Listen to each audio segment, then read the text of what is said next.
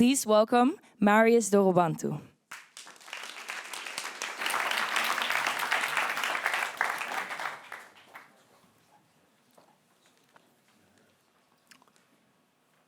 These AI chatbots, why are they so good? Have you tried one recently? Raise your hand if you've used AI in the past 2 weeks. Wow, lots of hands. I'm not surprised. It's good. And the strange thing is, we don't fully understand why yet.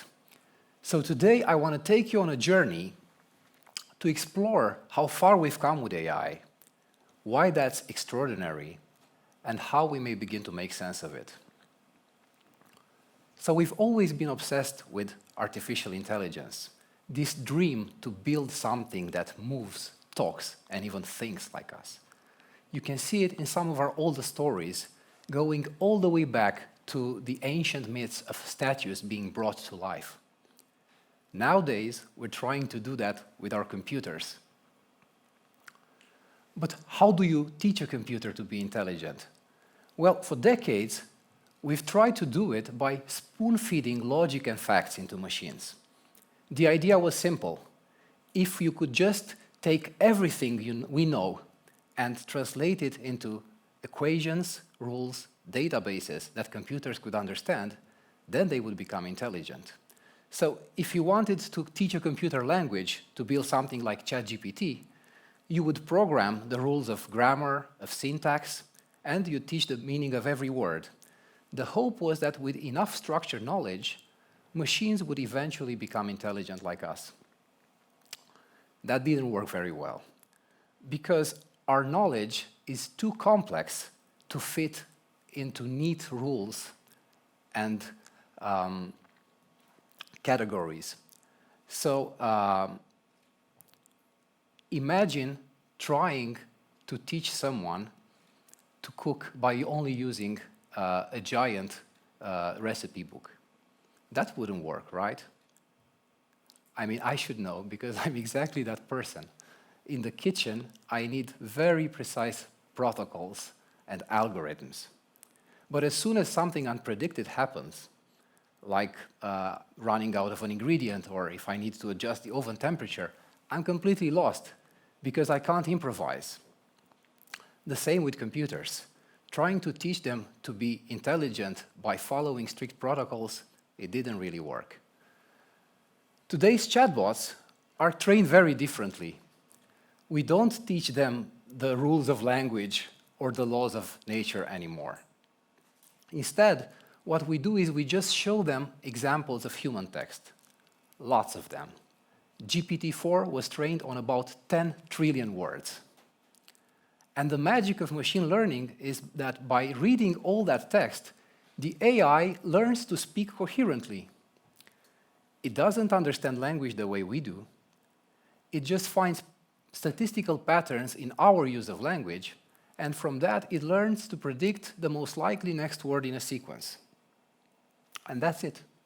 That's all it does. Guess the next word one by one. I say all it does as if it were something small. It's not. This is really impressive. But I think there must be even more going on. Something potentially groundbreaking. Let me give you an example from 2023, which is a very long time ago in AI years. So before the public release of GPT-4, researchers tested it internally against GPT 3.5, its predecessor and weaker version. One of the prompts was the following. So here we have a book, 9 eggs, a laptop, a bottle, and a nail. Help me stack them on top of each other. How would you do it? This is what 3.5 said. Place the bottle on a flat surface. Carefully balance the nail on top of the bottle, and then place the eggs on top of the nail, making sure they are balanced and not tilting to one side. Place the laptop and then the book. Not very practical, right? Now here's GPT-4. Start with the book, which will serve as the base.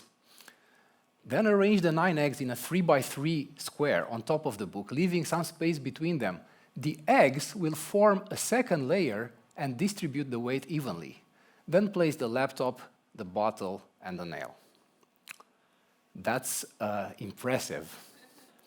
Not only did it speak coherently, but it also found probably the only solution to a very difficult problem, and also explained why the solution works. And here's the twist. It was not trained for tasks like this. Because in theory, what AI is doing is just predicting the next word.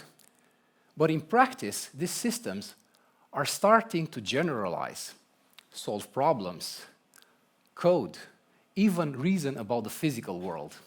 Things no one has trained them to do. This is surprising even to their designers. So the big question is why? These systems are not supposed to be this good. They've never touched an egg, never stacked objects. They have no eyes, no hands, no experience. And yet, by just reading the stuff we've written, they seem to get how the world works. How is that possible? Well, nobody really understands.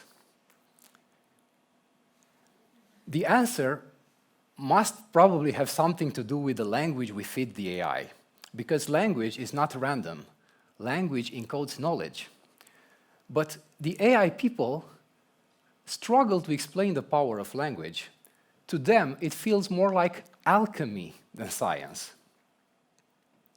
And that's because in computer science, language is usually regarded as nothing but syntax, nothing but sequences of tokens. Very little attention to meaning, to social context. So what, you might think? So what we don't understand exactly how? I mean, if this approach works, if this dry minimalist view of language produces results, what's the problem? We just run our code, we do our computational incantations, and ChatGPT appears. Why does it matter how? Well, here's why. Because if we don't understand the how, we cannot answer some of the deeper questions. For example, how much further can this work? Could we just keep scaling up to AGI, artificial general intelligence, like some people in Silicon Valley think?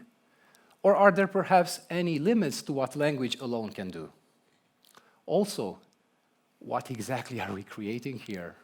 Should we even be doing this? So language obviously unlocked something powerful in AI, but until we understand how, we can't answer some of the questions that matter most.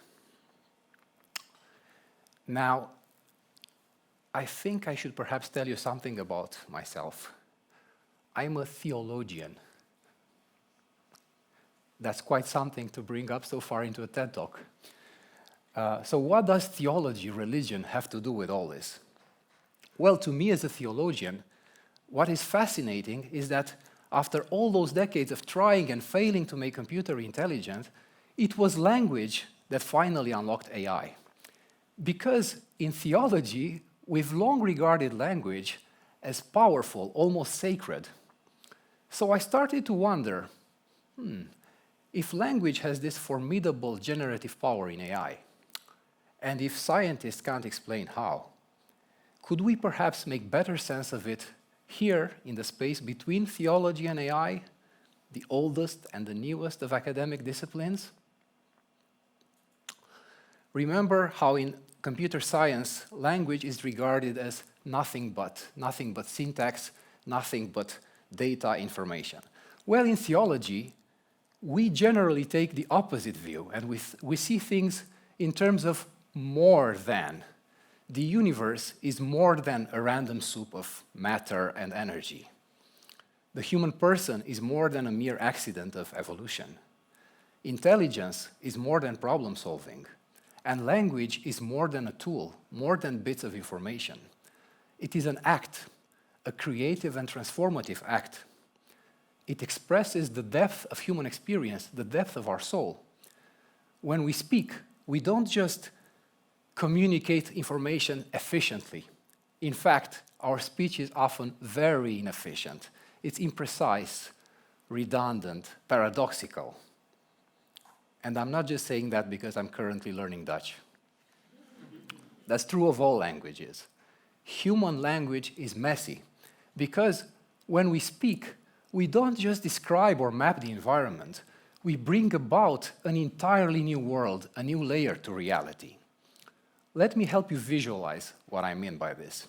So you may have seen those sculptures that people make by pouring liquid metal into an abandoned ant mound. So from the outside, it looks like a random patch of dirt. So then they start pouring liquid metal, and it cools off, and they start digging it up. And what comes out is a very intricate structure. Twisting tunnels, hidden chambers, a marvelous, unseen world. The metal fills the space left behind by the ants and reveals this invisible architecture that existed there all along, creating these tree-like objects that encode the structural patterns of the original ant colony. Well, I think that's what language does. Like molten metal, it flows into the grooves of our shared understanding and reveals depth, structure, meaning, connection. Our language wraps itself around the invisible scaffolding of reality and makes it visible.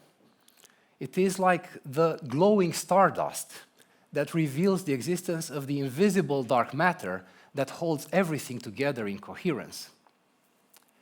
Maybe that's why our language is such a rich food for the AI, because it's packed with implicit textured knowledge.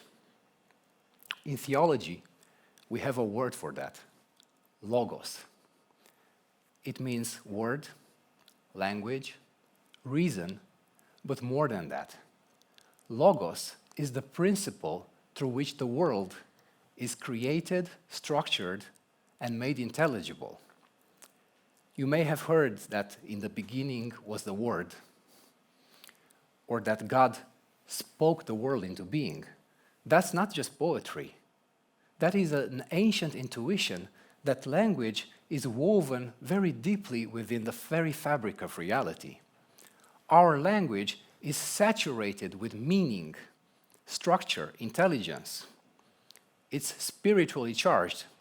So when AI consumes it at large, something begins to crystallize, something that looks a lot like intelligence.